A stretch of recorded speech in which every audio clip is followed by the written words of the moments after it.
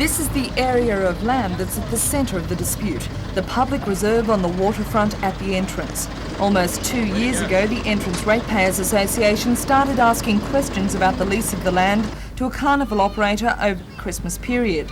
The residents' group says the council didn't have the lease approved by the Minister for Natural Resources, Janice Crocio, in the first place, but that situation has since been resolved.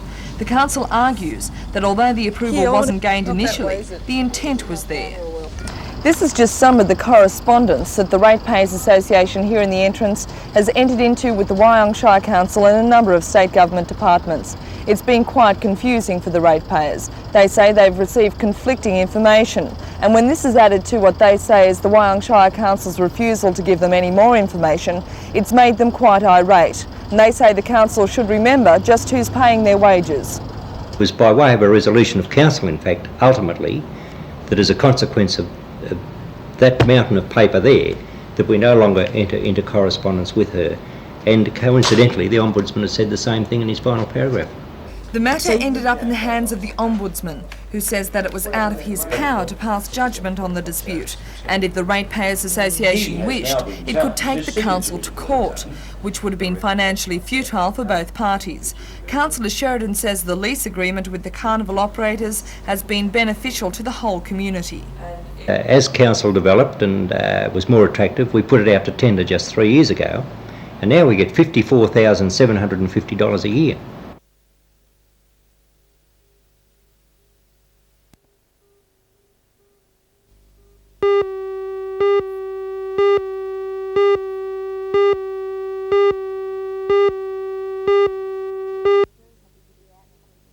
Yes, we were very happy with the outcome of the meeting. Initially, we were a little bit concerned that certain members were on that meeting that we had specifically asked not be present, but the outcome was excellent. The bans which now exist on elective surgery and elective medical admissions may be lifted today if a meeting which is planned for 12:30 decides to agree on the recommendations given by Mr Mulock. The letter from the Minister that was addressed to me personally will be discussed, it will be read to the meeting, and each point in that, particularly the point where he has agreed to set aside the personal comments or in the main body of the report. Then we'll go on to discuss the industrial action that is existing at the moment.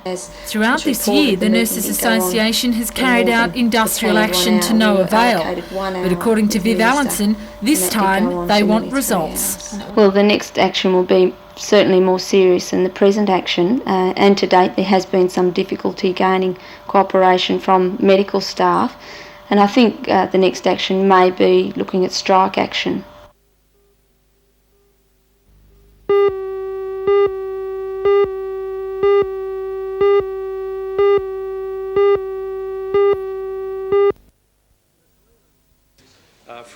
In a career as an entertainer that spanned more than 35 years, Noel Ferrier has worked in more than just a few areas of the entertainment industry. He's been an actor, dancer, singer, TV compere, radio personality and producer, just to name a few. The memoirs of Noel Ferrier, There Goes What's His Name, traces that career.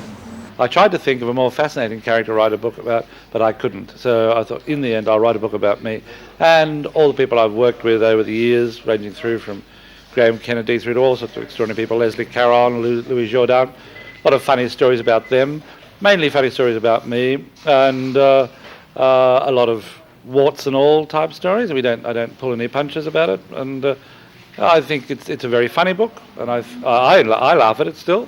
Ferrier's life has not all been easy. He's battled and triumphed over alcoholism, as well as had his share of failures. Despite the hardships, Ferrier still retains an infectious sense of humour. And it's a similar happy and good feeling about life he hopes his book will create for others. I'd like to think that they can come out with a good feeling, a really warm feeling about life in general, that one of the big things in life is to be able to laugh at yourself. I do a lot of that in this book. I laugh at myself, and I think that if more people in life laughed at themselves other than other people, or find more to laugh about themselves, I think life generally would be so much better for them and for everyone else.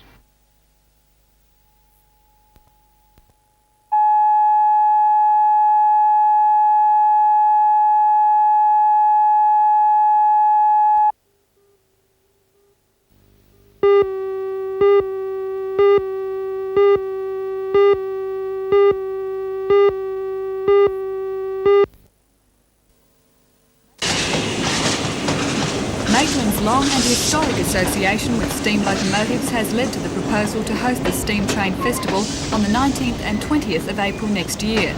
Maitland City Council has been approached by the National Trust to hold the festival as the culmination of the Trust's Heritage Week celebrations, subject to State Rail Authority approval. While planning is still only in the preliminary stages, Maitland Mayor Alderman Pat Hughes says Cessnock City Council will also be involved, the idea being to promote what he sees as the area's underrated tourism potential. Maitland has been neglected, I feel, as a tourist centre. The National Trust are of the opinion that at least 10,000 visitors would come into the area over that weekend with proper organisation. The interest in steam trains is still, I believe, tremendous, and there's no doubt that the whole weekend should be a wonderful success as far as our particular locality goes. Now, it's early days yet, but is there any chance of this becoming an annual event? It has been said by the members of the National Trust that the idea would be to establish it as an annual event for the Hunter Valley and for Maitland. Both the Council and the National Trust are enthusiastic about the Steam Train Festival. However, they're still waiting for permission from the Australian Railway Museum. This is expected following discussions next Thursday.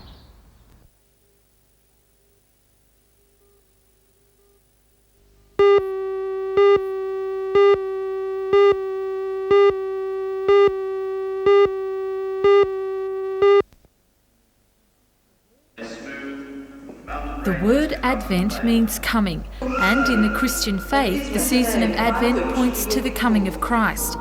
Last night's Advent carol service at the cathedral was highlighted by the harmonious voices of the church choir. A huge Christmas tree stands at the back of the church. It is hoped that during this festive season, food gifts for the needy of Newcastle will be placed beneath its boughs. Bishop Holland and the Reverend Dean Lawrence gave the blessing to the tree and its appeal, which is being run in conjunction with the Samaritans and 2NC. It's to help the acute needy in Newcastle. Our aim is to do this, and that is to encourage everybody in the Newcastle area to bring gifts of food to put at this tree. And what we'll do with it is that we'll give some of it for Christmas, but we hope to build up an enormous store of food so that we can supply agencies when they're in need, and that we can take some of the food and use it through 1986. The Bishop estimates that more than 5% of Newcastle's population are in desperate need of food and encourages all who can to give at Christmas time. Oh, I think the message would be that we've got to learn to give. We're a very lucky country, as you know, and I think we are. But there are people in our community who are in need. And I think the message is that we've got to learn, those of us who've got it, we've got to learn to give.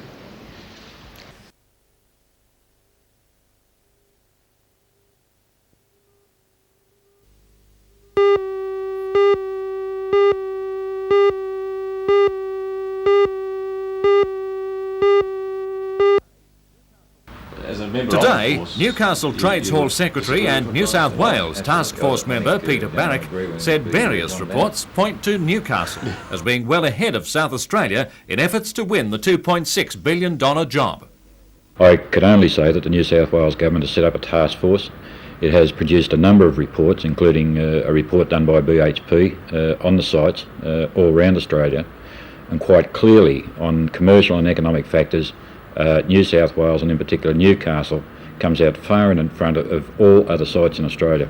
Do you think there's any weight at all then in what Mr Beasley said about South Australia? I think South Australia are conducting a very good campaign. As a matter of fact, I think they're conducting the second best campaign in Australia to try and win this contract.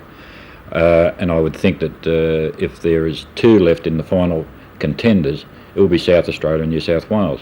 But I think in the final wash-up that the overseas contractors have been told that any final decision is to be made purely on commercial grounds. And in that light, I believe that Newcastle has no problems at all.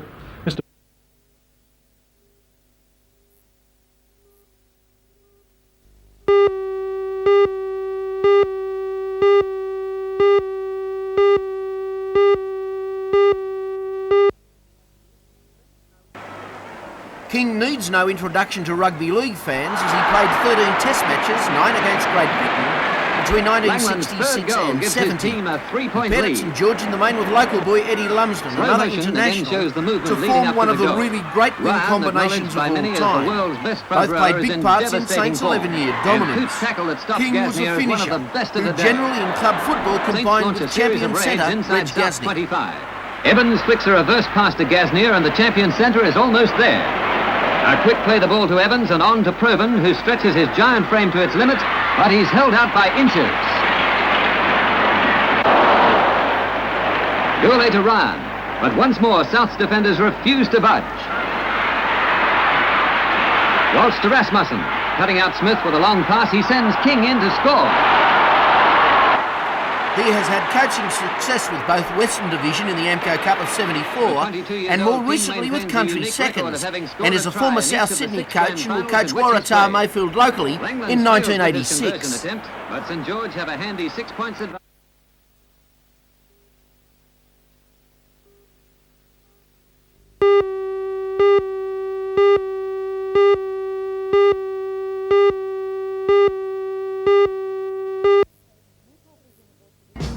Newcastle University has been chosen to be the first university in the Southern Hemisphere to introduce a Bachelor of Science Aviation degree.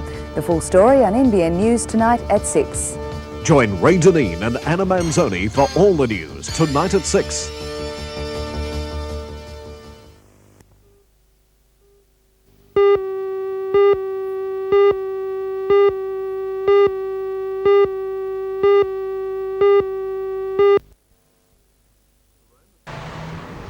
The Roma first opened in 1942 as a newsreel theaterette, becoming a fully fledged cinema in the early 60s. In 1966 it came under the management of Showcase Cinemas, which also runs the Kensington, and the Roma set new records for Newcastle. In 68 the French movie A Man and a Woman showed there for an unprecedented 26 weeks. Then a few years later Bedroom Mazurka, a Danish film, ran for 44 weeks, a Newcastle record which Showcase says still stands. The managing director of Showcase, Theo Goomis, said today that alcohol licensing and the home video boom have taken their toll on the box office, and the Newcastle Greek community, which owns the property, decided to redevelop. The Roma closed its doors for good on the 3rd of last month. So after 43 years, the Roma has gone the way of the Strand and the Hunter theatres before it, a victim of changing lifestyles.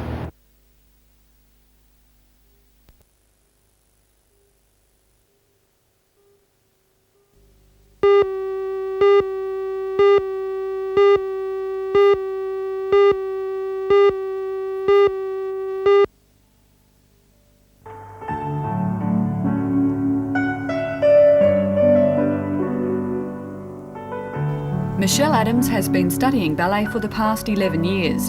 In September this year, she received her intermediate certificate from the Royal Academy of Dance and 1 month later auditioned for the Victorian College of the Arts in Melbourne. The college is one of the few government-funded establishments in Australia that enables students to study ballet as a school subject. Although it will mean leaving home and her teacher for the past 8 years, Susan Shiner, Michelle believes ballet must come first. And I've been doing it since I was 4 and it's just become part of my life. You have at least 2 years study ahead of you in Victoria. After that, what would you like to achieve? I'd like to go to a company overseas somewhere, and then after I've finished there I'd like to come back to Newcastle and teach. You've studied with Susan Shiner for the past 8 years. Will you be sad to separate? Yes, it's going to be very sad. She's just grown like a mother to me.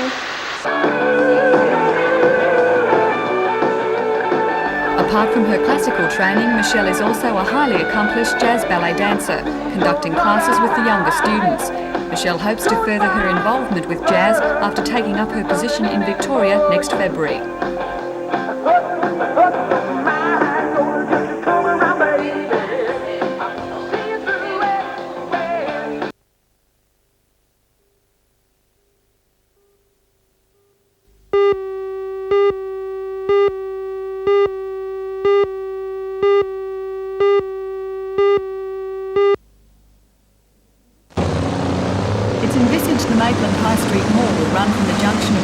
To the intersection with Charles Street, a distance of 780 metres.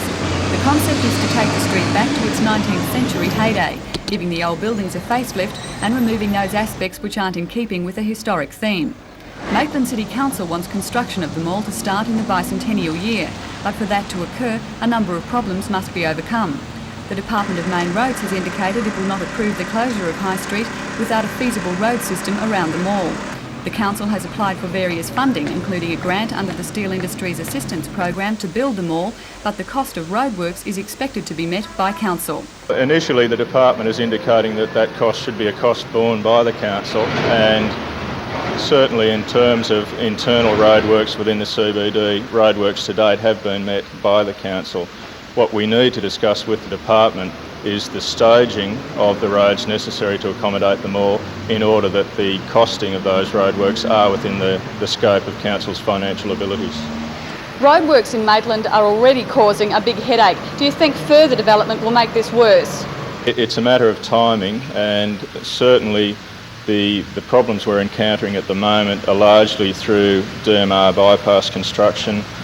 The first stage of that road is due for completion early next year, and that will alleviate substantially the access problems to central Maitland. Despite the problems with traffic flow and the question of whether sufficient funding will be available, Maitland City Council remains confident the first stage of construction of the mall will get underway in early 1988 in time for the bicentenary.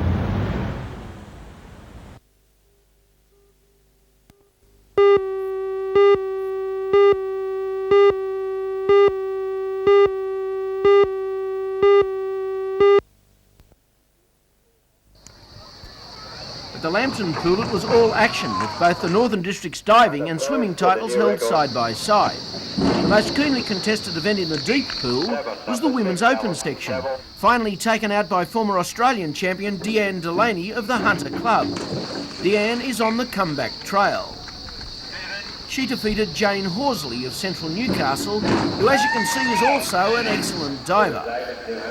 And Michelle Bonnyman, who was already qualified for the Nationals in Brisbane for the 1 metre, 3 metre and high board events. Ian Tinlin won the Open Men's from Tony Lawson, who is a national age champion. Next door in the lanes it was a packed house with a constant assault on lap after lap. And as expected, the star was world-rated local Donna Proctor. Some say the next Tracy Wickham. Next year's Commonwealth Games in Edinburgh is certainly her big test. Dixon Park Beach, there may have been no potential world record holders amongst the visitors, but unbounded courage to burn, to have a go at things that may seem simple to us, but are fraught with difficulties for those that started behind scratch. It was Dixon Park Surf Club's day out for the intellectually handicapped people of our area. It was a morning of running races, not all that quick. Wading races that were a bit of a struggle, but who cares who wins? The ride in the rubber ducky was something again, for kids who have little to smile about. It's now to be an annual event, and congratulations to all concerned. Ladies.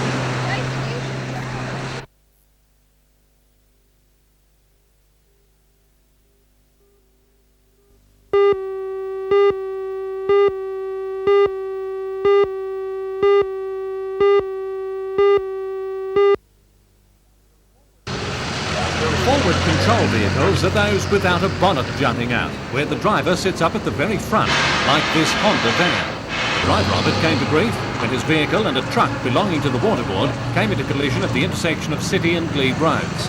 The van struck the driver's side rear wheel of the truck, and the smaller vehicle came off very much second best. Its elderly driver received a fractured arm and multiple lacerations, and the steering wheel had to be cut away before he could be lifted out. He's now in hospital in a serious condition. By comparison, the truck driver was unscathed and was able to give details to police at the scene. Being such a busy intersection, the incident caused annoying delays for other motorists.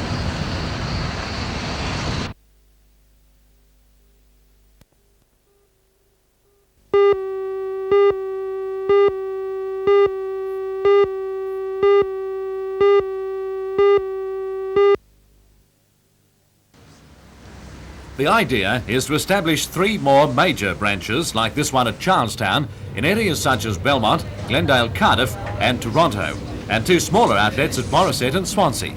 All others would be phased out over the next 5 to 10 years as the larger outlets came into service. The plan is based on a major review of library services, which found that many people use more than one outlet and have a tendency to combine library visits with other activities such as shopping.